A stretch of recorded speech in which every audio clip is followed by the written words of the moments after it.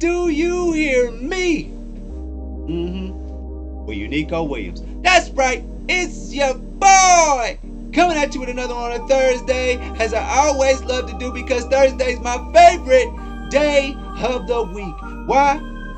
Well, I was born on a Thursday, 11:47 a.m. Woo! Happy New Year! I'm so happy to be back. I just missed you all so much.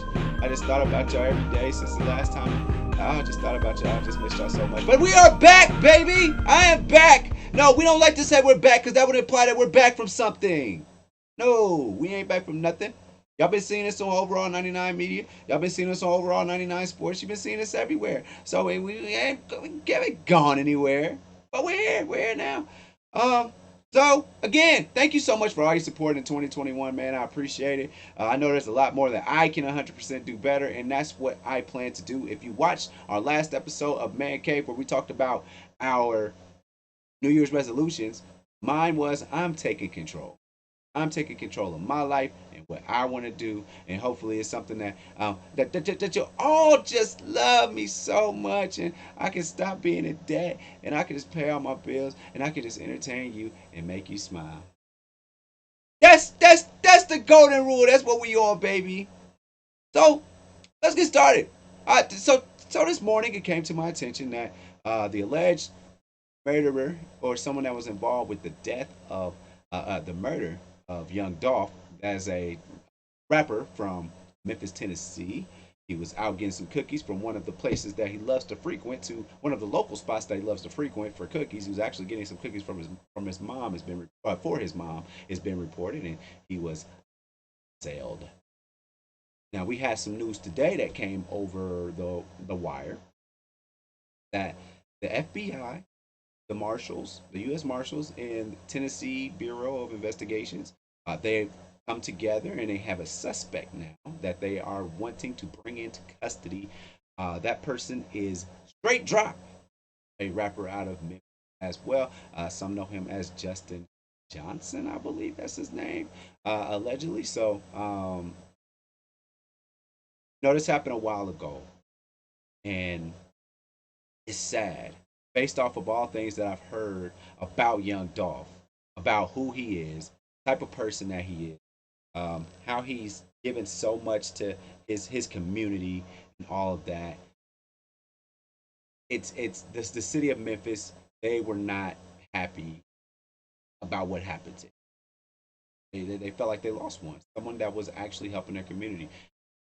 Um, he's been in his squabbles. Some with young Yo Gotti and all that, but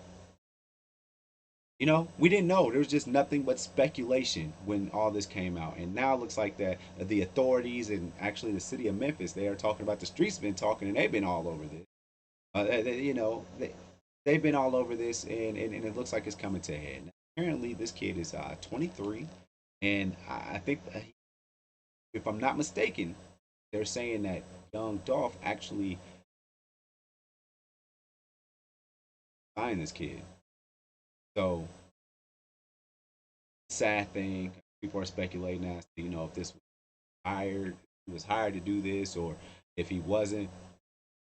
I don't know. We don't know. God knows, and whoever did it knows. Maybe even Dolph knows. But hopefully they get to the bottom of it.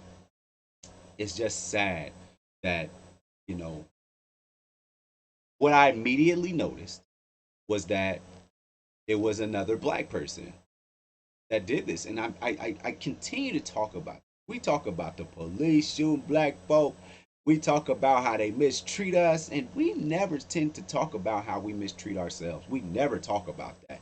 We never talk about the black on black crime that we do to ourselves. It sucks. It was on one of my earlier episodes about how we want to be the best of the worst. I talk about it all the time. People look down on black people. Most other races look at us like we're the lowest of the low. But we are often imitated in a lot of different. People love our culture, but they don't love us. We hate each other, it feels like, those other people. Because, I mean, whether this was envy or whether this was whatever this was, it was still a black person, somebody that looks like me did this to me, like did this to another person that looks like you know what I'm saying? It sucks, and we continue to find ourselves being in this circle of us trying to be better than the next person that looks like us, but we're forgetting that, man, a lot of the world hates us, so it doesn't make sense. And I think about some of the other cultures, like in Asian culture, and you even think about some of those people in those Aryan nations and all that random stuff, whatever they be. You know, they want to keep it all inclusive. Man, listen, we don't care enough about ourselves, man. Crazy. Like, I don't know the motives or anything. I just hate that when it is a black person versus another black person. Somebody dies, the community mourns and gathers around somebody that looks like somebody else in the. And the reason that we're gathering around in this for this reason is because of another person like us. And I hate that. We gotta stop doing this shit, man. I see all the stuff in Chicago. I see the stuff in Indy. We hurt each other, and it's crazy. We've done, and I actually heard somebody say on Instagram, it was a judge. He said, "Man, it's more, the more is black people doing more to each other than the KKK could ever wish to do." You hear me? We are doing worse to ourselves than a than the KKK or the people that actually want us eradicated from the world. We're doing way worse than they ever do to ourselves. We gotta do better. Prayers up to that family. Prayers up to everybody involved, man. They're talking about this rapper Straight Drop. He just had a baby, and he got the whole baby mama business on there, and the whole family thing. Got kids, man. It's people getting when stuff like this happens. It's not just the shooter. It's not just the victim. Everybody. More people are involved. More people are affected by these kind of things. And man, we just gotta learn.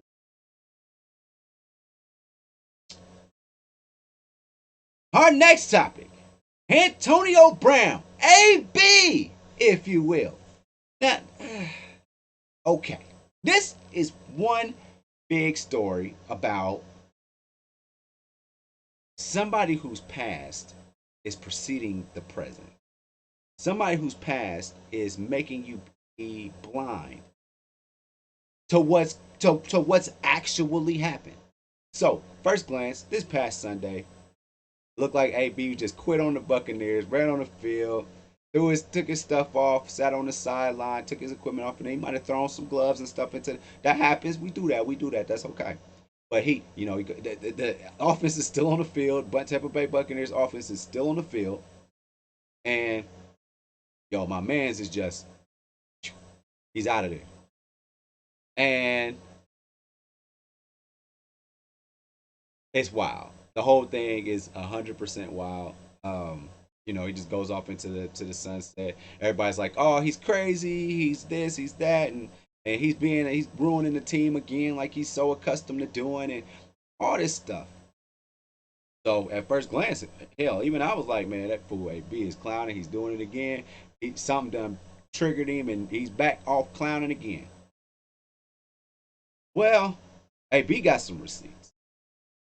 He came out, and when at first glance, Bruce Arians, the coach of the Buccaneers, he had his opportunity to say his truth first, and so that's what we went with. He quit. He didn't want to go in the game, and we said, if you're not gonna go in the game, you cut. Tom Brady saying what he says up there, like we just want to be there to help our teammate the best way we can. I mean, he may not be doing it with us, but he's still our friend. He's still my friend. Cute. Hey, B's like, yo, that's not the case at all. The case is my ankle is jacked up. I don't feel good enough to really go out there and play. I'm trying. I'm fighting through the pain, but bro, my ankle is hurting. That comes out from AB. He drops receipts. He drops text messages. He was talking to Bruce, and he was being very nice to the coach. Like, man, I want to be out there for the team. And it's like a day or two before. He's like, yo, we are not resting before the playoffs, all that kind of stuff. But AB was actually sending him a picture of him rehabbing that ankle. He's like, yo, I'm not feeling it. I don't feel good, bruh. I really don't. But I'm working hard as I can to come out there. And what happens? Goes out there, he tries it, 3 catches for 27 yards, doing the best he can. And at some point, he's like, "Yo, I can't." Now we know the story. Tom Brady, amazing comeback. It's the Jets. They come back and they win the game, and then there's all this hoopla about AB. But AB was like, "No, I couldn't go in the game." And they said, if you don't go into the game, allegedly, they said, if you don't go into the game, you're off this team. It's a wrap. We're done with you. Now, it sounds like to me, Bruce Arians never really wanted him on the team. Anyway, Tom Brady did the best that he could. But it turns out Antonio Brown is not on any kind of waiver wires, especially after this news came out that he was like, "Yo, I'm hurt. I can't play." He told them that he was hurt.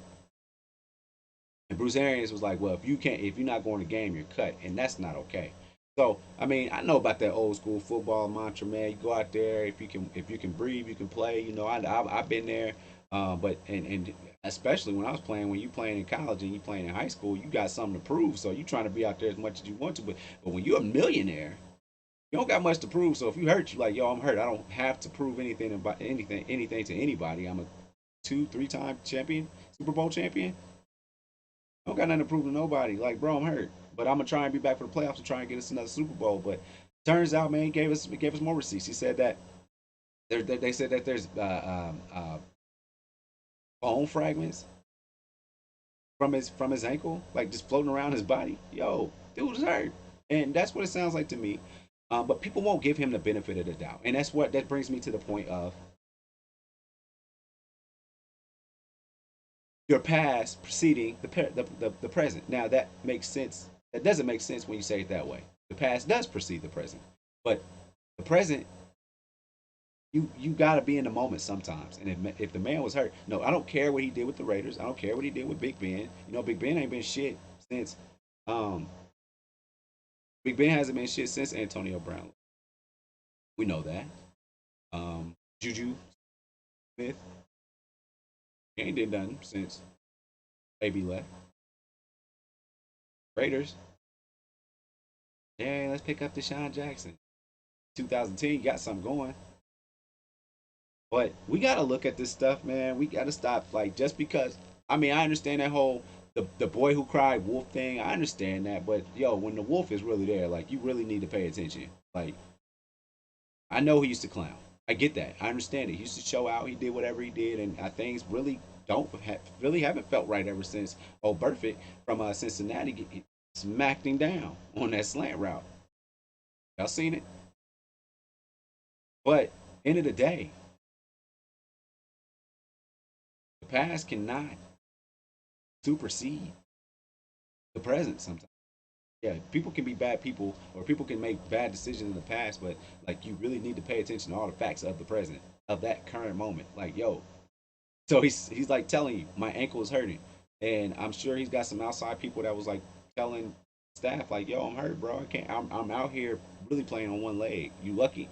Like that's how great I am is that I'm off of this injury, I was able to get 3 catches for 27 yards. Really, it was just one big catch for 21 yards. The rest were like the vintage stuff that you expect for AB to do, which is catch it short and make something happen. He was one hell of a punt returner back in his heyday, and so making moves and all this stuff is what you do. You need both legs to make plays like so. I don't know what's going to happen. I know that the Buccaneers definitely don't want him to go to another NFC opponent. If I'm him, I am going. If I'm him, who's to stop me from going to the Rams? Take the Buccaneers out. Who's to stop him from doing this stuff? Who's to stop him from going to a real contender that he can make a difference? Because there's one more week left in the season. Maybe that week is all he needed to feel like halfway decent. Um, Maybe he goes to the top ranked NFC team and he gets that extra bye week, and that's what he needed to be the great receiver that he can be. So we'll see what happens. I'm excited. Let me talk about the Pacers for a second. Lance will make them dance. Lance will make them dance. Lance will make them dance. Lance will make them dance. That's right. Lance Stephenson got signed to a 10-day contract with the Pacers. We love to hear it. We love it. We love Lance in Indiana. We love Lance. Lance has never let me down. Lance and they played against the Nets the other day and the other night, and they lost. The Nets came back on the Pacers. That was also a return of Kyrie Irving, so that's something to watch. Mr. Part Time himself. But why is he on a 10-day? Why is Lance Stephenson on a 10-day contract? Lance is everything that the Pacers franchise needs. He brings energy. Listen, I've gone to a few live games for the Pacers, been there in person. I'm not particularly excited. I went to a Laker Pacer game a couple of weeks ago. It was exciting that Duarte, whatever his name is. I apologize, brother, but I enjoyed watching um, him hit that 4 point play. That was cool. Tied up the game. That was cool. Or actually, it should have been a 4 point play, but he tied it up with a 3 pointer, very contested, but he hit it. That was dope. But I was more excited about seeing LeBron James. LeBron's moves and all the stuff he did, and his energy that he brings, him being the great leader that he is, that excited me. I had a good time, but no, nothing on the Pacers excites me. The bonus, he doesn't turn me up. Although, he's capable of scoring 30, he's capable of getting triple doubles. He's a very good player. But the Pacers don't excite me. The Pacers just don't excite me. But when Lance gets out there, get to bring swagger and toughness, and he get to talking stuff. He get to trash talking. I love that about Lance. I love Lance. I'm here for Lance. But the Pacers just he keeps going all over the place, and every time the Pacers get him back, he does the same thing. Scores easily, brings energy, makes plays. He makes other people want to play. I mean, there was a couple of passes he passed to Sabonis. Sabonis looked engaged in the game. He looked like he actually wanted to play for a second. Lance does that. And I don't know, like, he can't be that bad to where he's always constantly playing. Like, bro, he's got to be going back there and cussing out GMs or something, because based off his talent and what he brings to any team, I don't understand why he continues to be in G leagues and stuff like that, getting the bare minimum. I don't understand. So people need to start believing in Lance. The Pacers need to sign the man. Damn it. I mean, think about how long ago Paul George was on that team, and him and Lance was doing their thing. Him and O'Hibbert and all them. And look at him now. He's still doing the same things that he was doing when he was playing with Paul George. It's been a lot of years since then, if I'm not mistaken. Pacers got to quit playing. They need to allow for a black man to be the face of the franchise and have a little attitude. Maybe that got something to do with the fans. I don't know, because remember back in the day, the Pacers used to be the most white team in the NBA, because that's what they was trying to do after the Malice at the Palace. Bro, y'all need to get people in there that actually want to play and that don't mind being a franchise player. Pay him. I'm not telling you to make him a max contract player, but the dude can give you 30 million. I mean 30 points a game. I'll let Lance give us 22 a game, man. But nobody on that team excites me. Nobody's like the Pacers come through, they all just chill guys. No. Give me that guy with that swagger, that attitude, that meanness, that clown, that showmanship. Man, you're not just putting a basketball team out there as a product. You got to put a real product together. When it's a basketball team, you got to put out a real product. You got to entertain. You got to sell tickets. You know who sells tickets for the Pacers when LeBron comes to town? Clippers come to town. Boston comes to town. When stars come to town. We should be wanting to fill up Gainsbridge Fieldhouse because we love the Pacers and because there's something that draws us to the games. Man, people be going to them games, man, to go see the opposing person. Giannis comes into town. We going to. Are you trying to see Giannis? Oh, Kyrie back. This gonna be a crazy game. We gotta go see Kyrie. I went to the Pacer game to see LeBron James. I did not go to the Pacer game. Now I told you, when LeBron does finally retire, I am 100% Pacer homer. I'll be at all the games. I'll be up there and I'll do what I gotta do, and I'm gonna be a great representative of the Pacer organization as a fan. But for now, I don't have a reason. It's a whole bunch of cool dudes playing basketball. If I want that, go to the YMCA at 6 o'clock in the morning. It's just,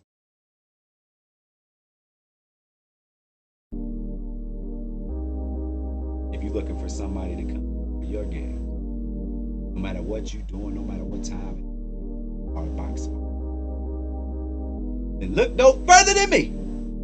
That's right. Go to christianmingle.com. Look up Bartholomew, and baby, I'm going to come through. Also, you know the deal. I'm on Twitter, Unico_Williams. Also, I'm on Instagram, Unico Williams. I'm on everything, Unico Williams. TikTok, Unico Williams. I'm on Apple Podcasts every Thursday. I'm on Google Podcasts every Thursday. And mama, I'm on Spotify. That's right, it's your boy Unico Williams. We on Overall 99 Media, Overall 99 Sports. We on my personal channel. You know, right now we playing Lego Villains right now on Twitch. You know what we do, man. All the links gonna be in the bio. Matter of fact, go to www.UnicoWilliams.com, baby. Get some merch. You see it? You see? Here we go. Huh? Get your thermal. Get your coffee cup. Get some merch. I'm trying to tell you, I'm out here. Support your boy. We tired of paying bills, baby. Let's get it. So, once again, thank you so much for tuning in to another episode of Do You Hear Me? With Unico Williams. Thanks for watching. Make sure you follow me on all my social media platforms. Don't forget, every Thursday, the full podcast is on Apple Podcasts, Google Podcasts, and mama, I'm on Spotify. Overall 99 ENT bring you videos from Friday all the way to Friday. So be sure to like and subscribe to the channel. We appreciate it. Again, thank you so much.